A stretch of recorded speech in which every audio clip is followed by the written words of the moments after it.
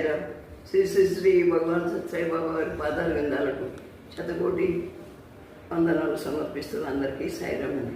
అయితే మరి మనకి మానవుడికి పుట్టుట గిట్టుట అనేది మరి సర్వసామాన్యమే, అందరికీ తెలిసిందే. ఒక వయసు వచ్చాక ఎవరికి ఎంత ఆయుష్ వస్తే అది ముందు భర్త పోవచ్చు, లేదా భార్య పోవచ్చు. మరి వృద్ధాప్యంలో వాళ్ళ చింతన ఎక్కువగా ఉంటుంది. అందుకనే ఒంటరితనంగా వాళ్ళు వదిలేయకుండా కాస్త అప్పుడప్పుడు పలకరించుకుంటూ ఉండాలి.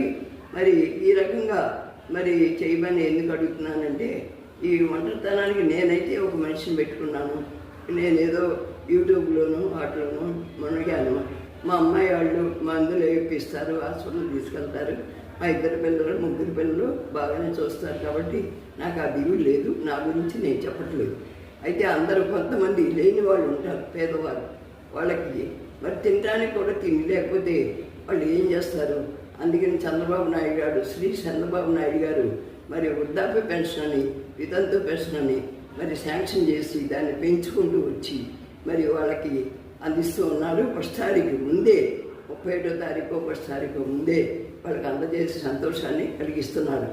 ఇంకా మన ప్రధాని మోదీ కూడా మెడికల్ ఎయిడ్ అని పెట్టి మరి వృద్ధులకి, వితంతువులకి, అనాథలకి మరి ఇన్సూరెన్స్ చేసి ఆ యొక్క మెడికల్ ఖర్చులన్నీ పెట్టుకునేటట్టు హాస్పిటల్స్ అన్నింటికీ చెప్పారు. అలాగే చంద్రబాబు నాయుడు మన స్టేట్ గవర్నమెంట్ కూడా ఆరోగ్య పథకాన్ని పెట్టి మరి పేదవాళ్ళకి, అనాథలకి, వితంతువులకి, విధవులకి వారందరికీ సహాయం అందిస్తున్నారు. వాళ్ళు చేసే సహాయమే కాదు, మరి సత్సాయి సంస్థ కూడా ఎప్పటి నుంచో వృద్ధులకి ఆశ్రమాలు నిర్మించి అందులో వృద్ధులు ఏమీ లేని వాళ్ళు, డబ్బులు లేని వాళ్ళు, తల్లిదండ్రులు వదిలేసిన వాళ్ళు, వాళ్ళందరినీ ఓదార్చి ఆ రూమ్స్లో పెట్టి వాళ్ళకి టైం ప్రకారం టిఫిను, భోజనం, మరి సాయంకాలం భోజనం వాళ్ళు ఏం తింటే అది చక్కగా అమర్చి మరి విధవల్ని, వితంతువుల్ని పోషించారు. ఇదివరకు నేను చూసి 45 సంవత్సరాల నుంచి చూశాను. తర్వాత కొంచెం పెట్టుకోగలిగిన డబ్బులకి అక్కడ చుట్టుపక్కల క్వార్టర్స్ నిర్మించి ఆ క్వార్టర్లో ఒక రూమ్ ఇచ్చి ఆ రూమ్లో ఉండమనేవారు. వాళ్ళు భగవంతుని ఆరాధించుకుంటూ, నేను ఫస్ట్ అపార్ట్మెంట్ కొనుక్కోకముందు వారి ఇంట్లోనే ఉండేదాన్ని. ఇంకా నాకు శకుంతలమ్మ అనే ఒక ఆవిడ ఉండేది.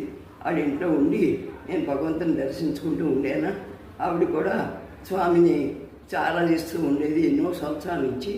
ఆమె మరి భగవంతుని దర్శనానికి వచ్చినప్పుడు, ఆయన సంభాషించేటప్పుడు, స్టేడియంలో ఏమైనా ఫంక్షన్ జరిగినప్పుడు అలా కుర్చీ చేసుకుని చూసుకుంటూ, ఆనందించుకుంటూ, వండుకుంటూ తిని ఉండేది.